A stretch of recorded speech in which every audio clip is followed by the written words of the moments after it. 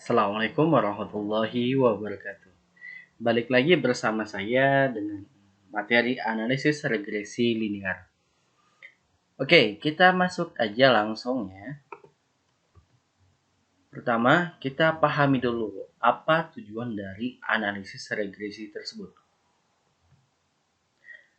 Regresi digunakan untuk menduga besaran pengaruh ubah bebas terhadap variabel terikat.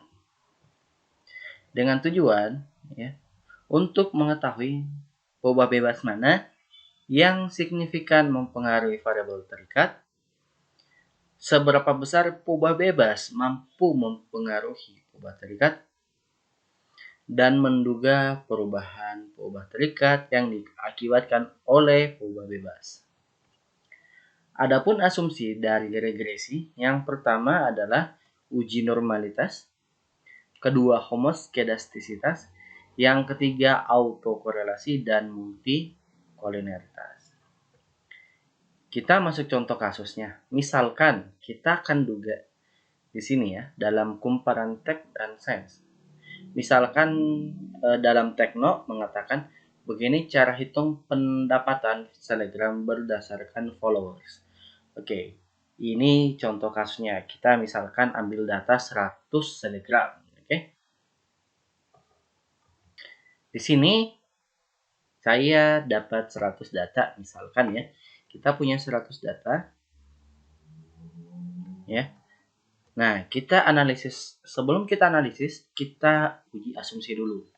Pertama, normalitas, kedua, homoskedastisitas, ketiga, autokorelasi, dan keempat, multikoliniaritas. Oke, kita langsung saja klik analyze, klik regression, lalu pilih linear. Oke. Dependent ini variabel terikatnya, jadi penghasilan kita masukkan ke kolom dependent, dan jumlah video dan subscribe ke independent. Di sini jangan lupa klik statistik, pilih Durbin Watson-nya, klik continue, klik plot ya. S receipt-nya ini ke Y dan Z path ke X. Continue aja. Kita klik save. Jangan lupa klik yang ini ya, unstandardized. Oke, kita balik ke statistik. Jangan lupa collinearity diagnostiknya ya. Oke, ini tinggal klik continue dan klik OK.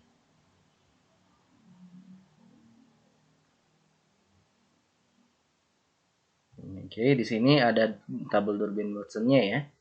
Nanti kita bahas, tapi sebelumnya kita lihat dulu uji normalitasnya terlebih dahulu ya.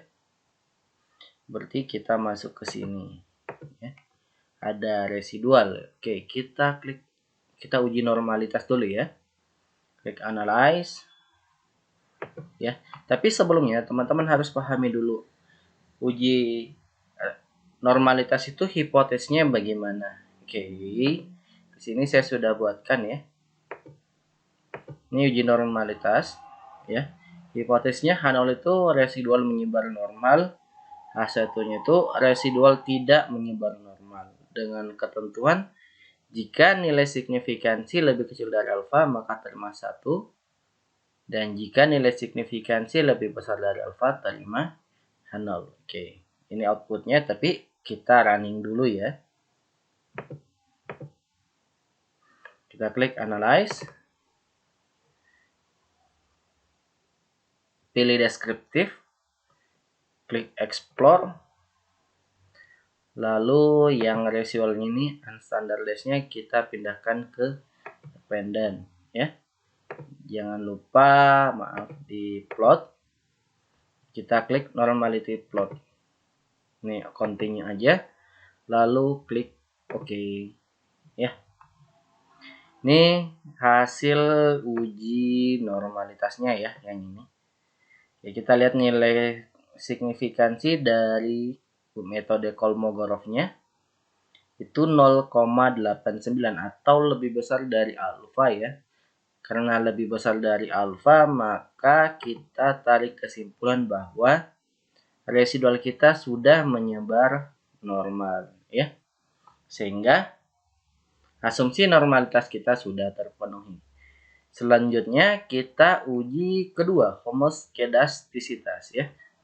Oke, kita langsung aja balik lagi ya. Ini kita transformasi dulu. Compute ya. Kita di sini klik absolute residual ya. Jadi di sini absolute unstandardized-nya ya. Lalu klik OK.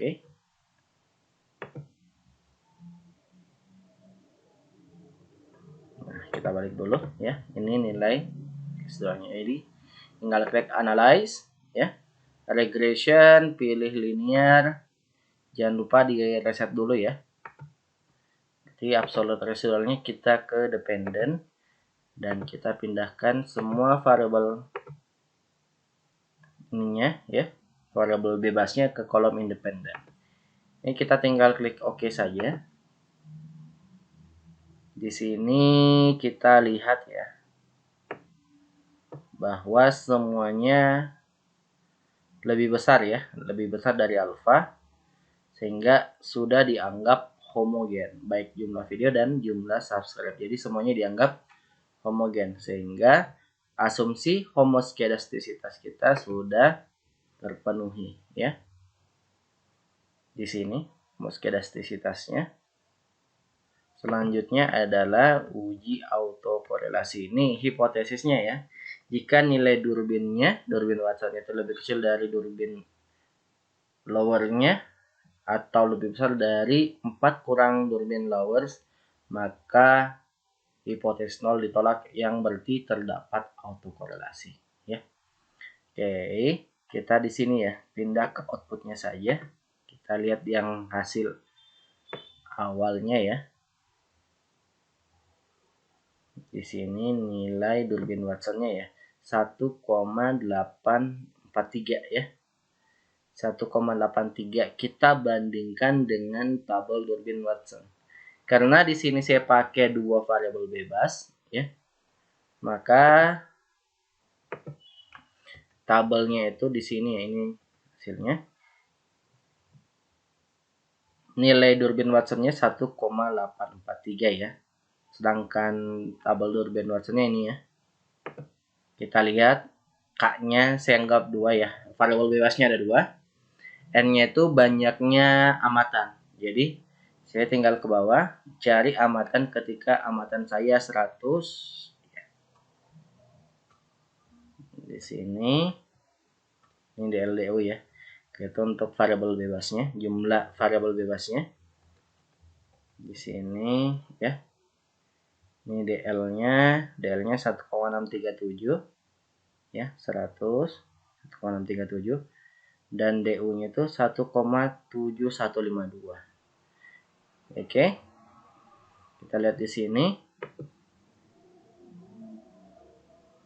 DL-nya 1,637 dan DU-nya 1,7152. Ya. Oke, kita lihat di sini, kita cross check satu-satu. Misalkan yang pertama, jika nilai durbinnya lebih kecil dari durbin lowers atau lebih besar dari 4 kurang durbin lowers, maka hipotesis 0 ditolak, yang berarti terdapat autokorelasi. Kita cek 1,843 apakah lebih kecil dari DL-nya 1,637. Ternyata salah ya. Berarti ini tidak benar ya. Terus 4 dikurang DL-nya, durbin lowers. Jadi 4 kurang 1,637 sama dengan 2,3663 ya. Itu lebih kecil dengan 1,843. Ternyata itu salah ya. Harusnya yang lebih besar adalah 4 kurang nilai DL-nya, durbin lowers. Oke, berarti ini kita tolak semuanya. Cek keduanya ya. Apakah nilai durbin itu terletak antara DU dan 4 kurang DU-nya? Oke, kita cek. Nilai durbinnya itu DU-nya durbin upper 1,7152. Itu lebih kecil dari 1,843 nilai durbinnya, dan lebih kecil dari 4 kurang durbin upper. Itu sebesar 2,2848. Ini benar ya. Berarti tidak terdapat auto korelasi ya. Nah, yang ketiga kita cek juga ya. Jika nilai durbin terletak antara DL dan DU. Oke, kita cek. Durbin lower 1,6337 itu lebih kecil, benar ya. Tapi nilai durbinnya itu tidak lebih kecil dari durbin upper, berarti ini salah ya. Terus 4 kurang DU ya. Itu 2,2848. Ini benar ya, sampai sini dia lebih besar dari nilai durbinnya. Tapi nilai durbin kita itu lebih kecil harusnya dibanding durbin lower. Jadi ini salah ya. Selanjutnya kita tarik kesimpulan bahwa tidak terdapat autokorelasi. Berarti asumsi normalitas, homoskedastisitas, dan autokorelasi sudah terpenuhi. Selanjutnya adalah uji multikolinialitas. Ini cukup lihat nilai VAF-nya apakah lebih kecil atau lebih besar dari 10. Jika nilai VF-nya lebih kecil dari 10, berarti tidak terdapat multikol ya. Tapi ketika nilai VF-nya lebih dari 10, maka terjadi multikol. Oke, biasanya juga orang singgung nilai toleransinya ya. Nilai toleransi ketika lebih besar dari 0,1 itu tidak terdapat multikol, dan ketika nilai toleransinya lebih kecil dari 0,1 itu terjadi multikol. Kita cek dulu sini ya di output kita. Nilai VIF-nya. Maaf. Di sini ya. Nih. Ini hasil awalnya ya. 0,97. Ini saya sudah pindahkan juga ya di sini. Ternyata nilai toleransi itu lebih besar dari 0,1. Berarti dari nilai toleransinya sudah memenuhi asumsi multikol. Terus di nilai VAF-nya ternyata juga lebih kecil dari 10, sehingga asumsi multikol terpenuhi. Oke, berarti keempat asumsi ini sudah terpenuhi. Selanjutnya kita bisa lakukan analisis regresi. Sekian dari saya. Terima kasih. Assalamualaikum warahmatullahi wabarakatuh.